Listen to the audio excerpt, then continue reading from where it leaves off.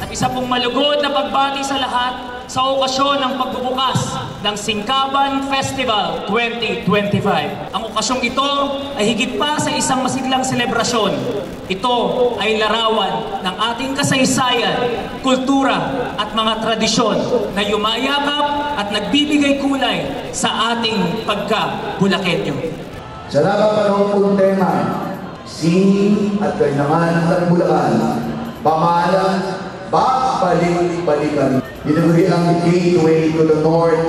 Nagsisikap tayong ipakilala ang Bulacan hindi lamang bilang stopover o hindi top pick at must-see travel destination. Pinagbabalak ko pong kilala tayo bilang third safest travel destination. Ang Bulacan ay hindi dadaanan lamang kundi lalawigang bisitahin, mamahalin at babalik-balikan. Ang tunay na turismo ay hindi lang paglalakbay at dito nakita natin sa province o Bulacan na lahat ng mga Bulakenyo ay nagtutulungan para umaangat ang turisto. Singkaban Festival ay nagpatunay ng kung ano ang kanyang gawin sa pagkakaisa. Together, we can preserve our traditions while creating new opportunities for growth. So dyan na ito ay atin ang formal na binubuksan ang Singkaban Festival 2025. Mabuhay ang Singkaban Festival, mabuhay po ang lalawigan ng Bulacan. Palakpakan po natin.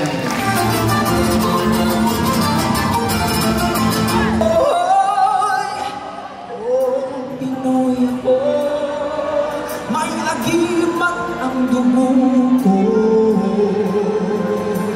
Ang Kristyanismo, marilaw ng bana ng kalwalhatian, malulot. Mabuhay! Una sa lahat, nagpapasalamat po ako sa Provincial Government of Bulacan sa pagsasama niyo po sa Central Luzon Tourist Guides Association sa mga programa po ng Singkaban Festival 2025. Sa pagbubuo po ng Pasyal Saya sa Bulacan, meron po tayo ngayong free heritage tour na ginagawa po the duration of Singkaban Festival. Muli po, maraming salamat po. First time ko sa Singkaban Festival and the best thing that I experienced is yung opening, which is maraming performance. Pinaka-memorable experience is yung visitation of Jollibee and the squad. Bago pa man ang formal na pagbubukas ng Singkaban Festival 2025, ay ginanap na ang second marching band competition. Kinagabihan naman ay ang parada ng karosa at fireworks display.